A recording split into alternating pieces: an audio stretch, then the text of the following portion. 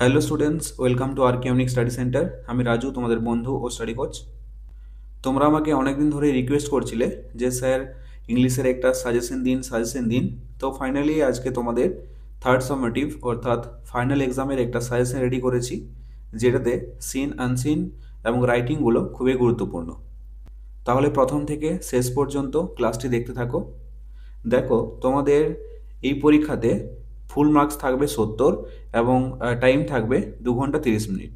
ওকে, তোমাদেরকে 70 নাম্বারের পরীক্ষা দিতে হবে মাত্র 2 ঘন্টা 30 মিনিটের মধ্যে।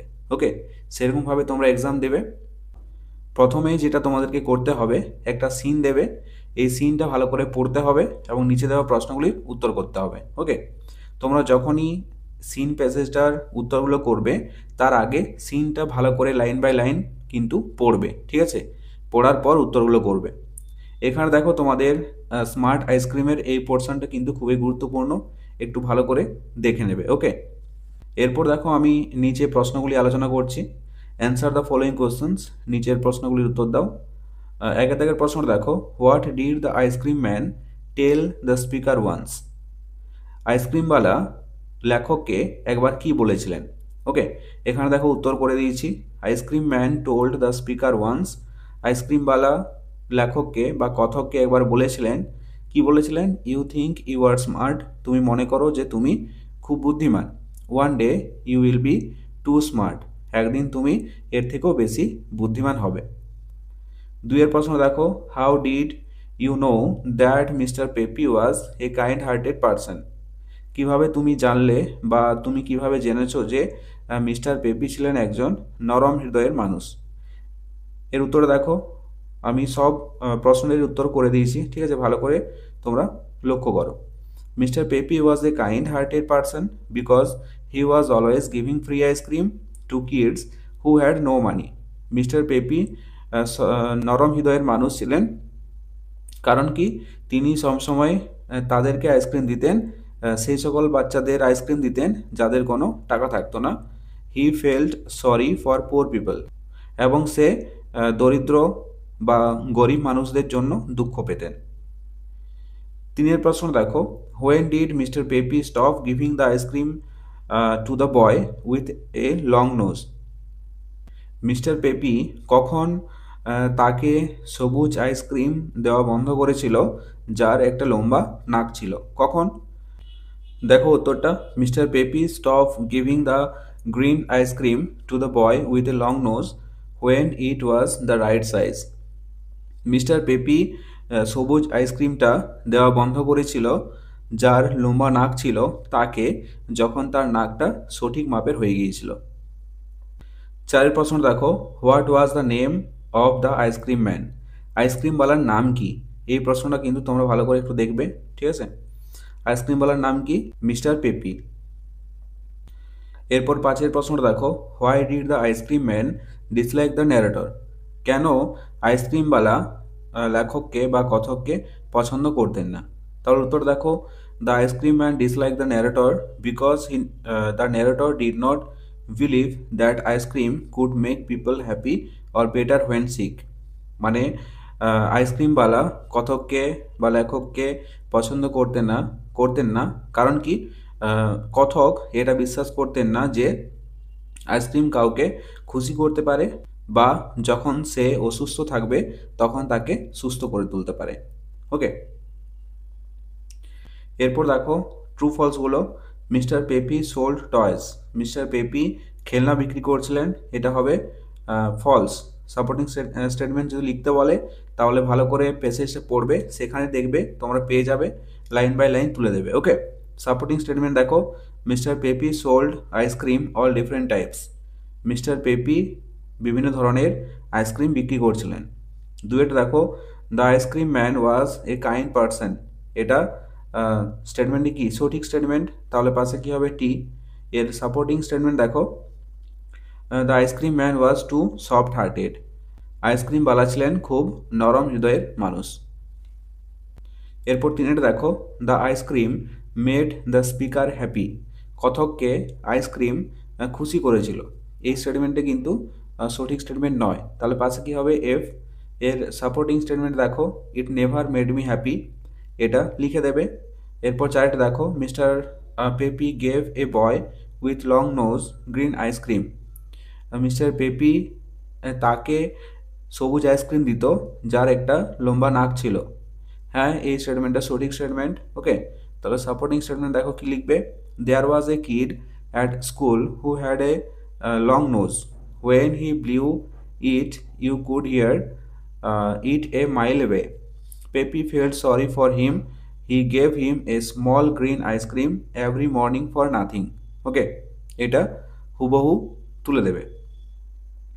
এরপর সেট দেখো, complete the following sentences with information from the above passage. Passage থেকে তথ্য নিয়ে বাক্যগুলো পূর্ণ করতে হবে। সাম কিডস সেড দ্যাট, এটা হবে it made you better when you were sick. টুয়েট দেখো, mister peppy gave a purple ice cream, এটা হবে to a boy with pimples.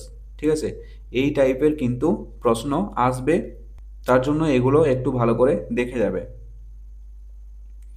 এরপর ডিএড দেখো, ফাইন্ড আউট অপোজিট ওয়ার্ডস, নিচের যে ওয়ার্ডগুলো দেওয়া আছে তার বিপরীত শব্দ। ঠিক আছে, তোমরা প্রত্যেকটা ওয়ার্ড কিন্তু বাংলা অনুবাদ সহ পড়বে আর বিপরীত শব্দগুলো কিন্তু মুখস্থ করে যাবে। ঠিক আছে, দেখো প্রথমে আছে স্টার্ট, মানে আরম্ভ করা বা শুরু করা, এটা হবে end. Wrong, right, short, tall, smart, full. Smart মানে হচ্ছে বুদ্ধিমান, ফুল মানে হচ্ছে বোকা। ওকে, এরপর তোমাদেরকে যেটা দেওয়া থাকবে সেটা হচ্ছে কবিতার একটা স্ট্যাঞ্জা, যেখান থেকে হোক তুলে দেবে, কিন্তু কবিতার এই পোর্শনটা কিন্তু তোমাদের খুবই গুরুত্বপূর্ণ। ঠিক আছে, I will go with my father A reaping, এই পোর্শনটা একটু ভালো করে দেখে যাবে, এই স্ট্যাঞ্জাটা। ওকে, কারণ এই কবিতার থেকে দিলে এই স্ট্যাঞ্জাটাই কিন্তু দিতে পারে, সেক্ষেত্রে আমি বলছি এটা ভালো করে দেখে যাবে। এরপর আছে দেখো, অ্যান্সার দ্য ফলোয়িং কোশ্চেন্স, মানে এই যে স্ট্যাঞ্জার দেওয়া আছে এই স্ট্যাঞ্জার উপর ভিত্তি করে প্রশ্নগুলো তোমাদেরকে করতে হবে। Write the name of the poem and the poet, এই যে কবিতাটা পড়লাম এই কবিতাটার নাম কি এবং এর লেখকের নাম কি। দেখো কবিতার নাম কি, I will go with my father a ploughing, এবং কবির নাম কি, জোসেফ ক্যাম্পবেল। ঠিক আছে, তারপর দুইটা দেখো, which are the birds mentioned in the poem, এই কবিতাতে কোন কোন পাখিগুলোর নাম উল্লেখ রয়েছে। এখানে দেখো গিজ, পিজিয়ন্স, স্প্যারোজ। ওকে, এখানে দেখো তুলে দেওয়া আছে শুধু পাখিগুলোর নাম, গিজ, পিজিয়ন্স অ্যান্ড স্প্যারোজ। তিনেরটা দেখো, why was the field brown, কেন মাঠটা বাদামি রঙের হয়েছিল। The field, okay, the field was brown because the crops had ground drip, ফসলগুলো পেকে গিয়েছিল বলে মাঠটা ব্রাউন অর্থাৎ বাদামি কালারে দেখাচ্ছিল। ওকে, এরপর তোমাদেরকে যেটা করতে হবে, একটা আনসিন দেবে। ওকে, আনসিন প্যাসেজটা তোমাদেরকে যে কোনো একটা গল্প থেকে তুলে দিতে পারে, ভালোভাবে পড়বে আর নিচের প্রশ্নগুলো করবে। ঠিক আছে, দেখো প্রশ্নগুলো কি আছে, when was the blind man going along a road, কখন অন্ধ মানুষটি রাস্তা দিয়ে যাচ্ছিল। এটা হবে it was dark night when the blind man was going along a road. ঠিক আছে, তোমরা প্যাসেজগুলো ভালো করে পড়বে, প্রত্যেকটা লাইন ধরে ধরে পড়বে, তাহলে কিন্তু প্রশ্নগুলির উত্তরগুলো ঠিক পেয়ে যাবে। ওকে, প্রশ্নগুলো দেখবে। এরপর দেখো, true false, the blind man had a torch light in his hand, এখানে যে ট্রু ফলসগুলো থাকবে সব তোমাদের আনসিনের উপর ভিত্তি করে থাকবে। ঠিক আছে, make meaningful sentences with the following, নিচের যে ওয়ার্ডগুলো আছে এগুলি দিয়ে কি করতে হবে, একটা করে বাক্য রচনা করতে হবে। তোমরা এগুলো নিজেরা করবে। ঠিক আছে, কি কি আছে, ডার্ক মানে অন্ধকার, ব্লাইন্ড মানে হচ্ছে অন্ধ, আর লাভ মানে হচ্ছে হাসা বা হাসাহাসি করা। ওকে, এরপর তোমাদের যেটা ইম্পর্টেন্ট পোর্শন সেটা হচ্ছে গ্রামার অ্যান্ড ভোকাবুলারি। ওকে, দেখো প্রথমে থাকবে feel in the blanks with articles and prepositions, এখানে কিছু আর্টিকেলস এবং প্রিপোজিশনস বসাতে দেবে, যেগুলো কি করবে, তোমরা কোশ্চেন ব্যাংক করেছো, কোশ্চেন ব্যাংকের প্রত্যেকটা পেজ থেকে যতগুলো আর্টিকেল এবং প্রিপোজিশনস থাকবে সবগুলো কিন্তু দেখে যাবে।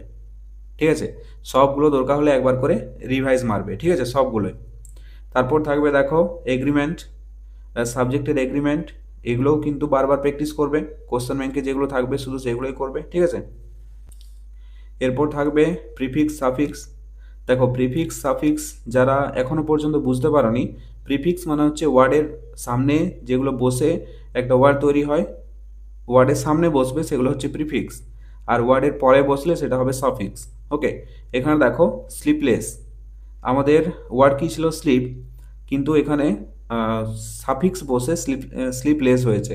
ওকে, তারপর আছে দেখো রেগুলার ওয়ার্ড দেওয়া আছে, কিন্তু এটা যখন আমি সাফিক্স এবং প্রিফিক্স অ্যাড করছি তখন কি হচ্ছে ইররেগুলার।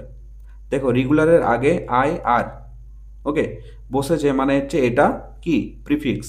বোঝা গেল? এরকমভাবে প্রত্যেকটা পেজ থেকে এগুলো দেখে যাবে।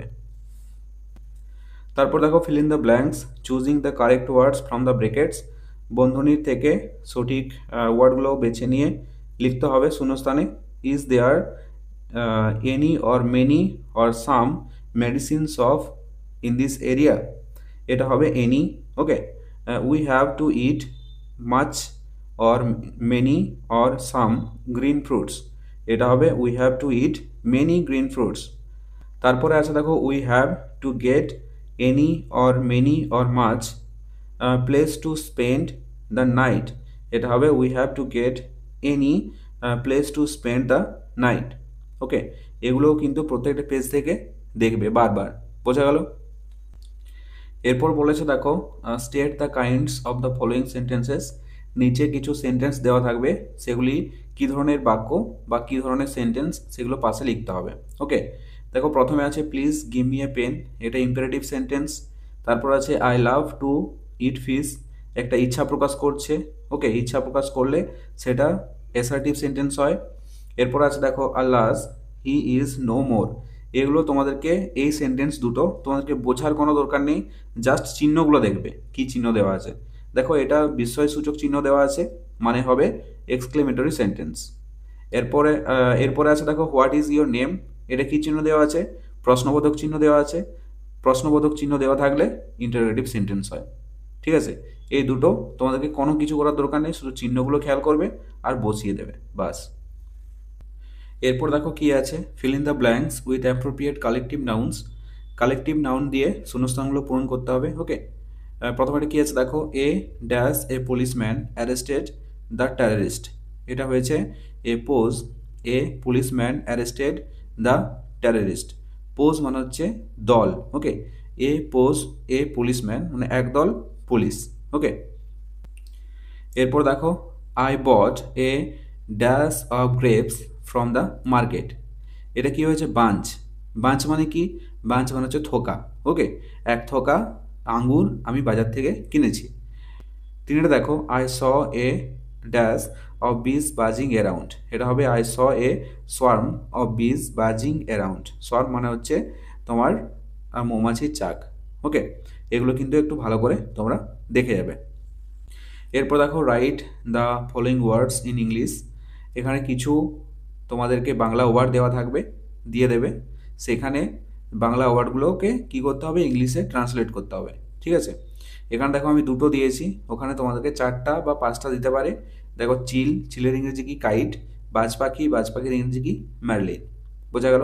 এগুলোও কিন্তু প্রত্যেকটা পেজের জায়গা থেকে কিন্তু বাংলার থেকে ইংরেজির ট্রান্সলেটগুলো দেখে যাবে। বোঝা গেল? দেখো এরপর তোমাদের মোস্ট ইম্পর্টেন্ট যেটা, সেটা হচ্ছে রাইটিং স্কিল। রাইটিং স্কিলে আমি তোমাদেরকে মোট 4টা রাইটিং দিয়েছি। ঠিক আছে, একটা হচ্ছে write a short paragraph in about 60 words describing your favourite season, তোমার প্রিয় ঋতু সম্পর্কে 60টি শব্দের মধ্যে একটা প্যারাগ্রাফ লিখো। ঠিক আছে, দেখো তোমরা একটু ভিডিওটা পজ করো, তারপর দেখে নাও।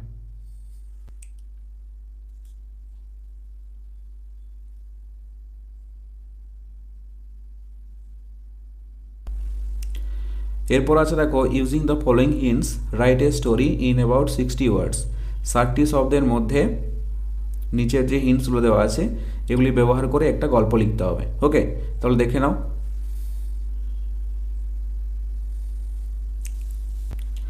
এরপর দেখো রাইটিংয়ের মধ্যে যেটা সবচেয়ে বেশি গুরুত্বপূর্ণ সেটা হচ্ছে develop a story within 60 words based on the following hints, add a suitable title to it. নিচে যে হিন্টসগুলো দেওয়া আছে এগুলির উপর ভিত্তি করে 60টি শব্দের মধ্যে একটা গল্প লিখতে হবে। ওকে, তাহলে দেখো গল্পটা আমি লিখে দিয়েছি, তোমরা দেখে নাও। এরপরে আছে দেখো, imagine that you have a very lazy brother who is always late in getting up from sleep. ধরো তোমার একটা অলস ভাই রয়েছে যে প্রতিদিন সকালে দেরি করে ওঠে। Write an imaginary conversation between you and your brother on the usefulness of early rising. ধরো তোমার আর তোমার ভাইয়ের মধ্যে একটা কথোপকথন হচ্ছে, তুমি তোমার ভাইকে বলছো প্রতিদিন সকালে ওঠার জন্য। ওকে, এটা কিন্তু খুবই গুরুত্বপূর্ণ, তাই তোমাদেরকে বলছি এটা একটু ভালো করে দেখতে।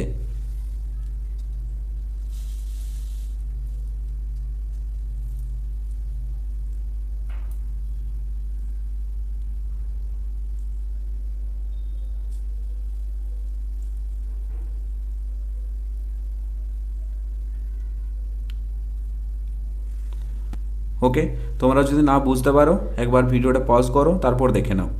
বোঝা গেল? সো এই ছিল তোমাদের সাজেশনটা কেমন লাগলো অবশ্যই কমেন্ট করে জানাও, আর যদি ভালো লেগে থাকে তাহলে একটি লাইক করে দিও। আর তোমরা যদি আমার চ্যানেল নতুন হয়ে থাকো তাহলে অবশ্যই সাবস্ক্রাইব করে পাশে থাকা বেল আইকনটাতে প্রেস করে রাখো। আর তোমাদেরকে বলছি, তোমাদের কবে থেকে এক্সাম স্টার্ট হচ্ছে তোমরা অবশ্যই কমেন্ট করে আমাকে তারিখটা বলো। ওকে।